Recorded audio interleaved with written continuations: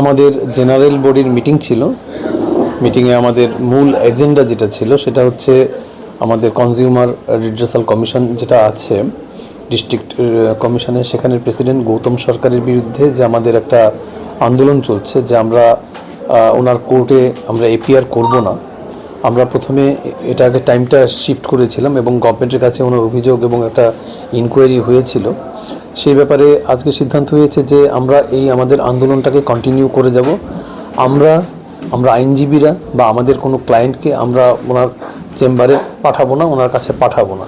আজকের মিটিংয়ে এটা নিয়ে আলোচনা হয় এবং বিশেষ করে মহিলারা আইনজীবীরা প্রচণ্ড ক্ষুব্ধ, কেন এত দেরি হচ্ছে ওনার ডিসিশন নিতে সরকারের, সেই ব্যাপারে অনেক মহিলা আইনজীবী জানতে চায় এবং বিশেষ করে আমাদের আইনজীবী মহিলার আইনজীবীরা ওনার আদালতে এবং ওনার চেম্বারে যেতে একদম রাজি নয় এবং কোনো আইনজীবী যেতে রাজি নয় এবং আমরা অ্যাকর্ডিংলি সিদ্ধান্ত নিই আমাদের যে এই বয়কট ওনার যে চেম্বার ওনার কোর্টকে সেটা আমরা অনির্দিষ্টকালের জন্য নিয়ে যাব যতক্ষণ না কোনো সিদ্ধান্ত আমরা পাচ্ছি।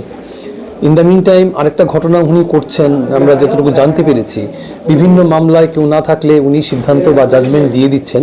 তো আমরা সরকারের কাছে আবেদন রাখবো যাতে ওনাকে রেস্ট্রেন করা হয়, এরকম কোনো অর্ডার যাতে উনি কোনো আইনজীবী ছাড়া বা কোনো ক্লায়েন্ট ছাড়া যাতে কোনো অর্ডার উনি পাস না করেন। এগুলি অভিযোগ অনেকগুলি আছে এবং সেগুলি নিয়ে আমরা আবার সরকারের সঙ্গে দরকার হলে মাননীয় মন্ত্রীর সঙ্গে এবং ওনাদের সরকারের যারা আছেন কর্তৃপক্ষ ওনার সঙ্গে আমরা দেখা করার সিদ্ধান্ত নিয়েছি। সিদ্ধান্ত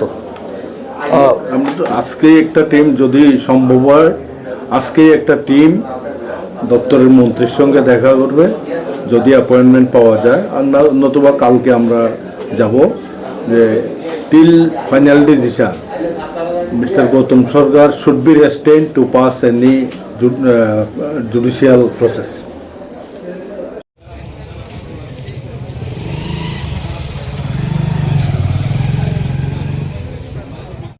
আমি জানি না উনি কিন্তু এখন জুডিশিয়াল অফিসার নয়, সুতরাং কেন পাঠিয়েছে পুলিশের এই তাহলে আমি আমাদের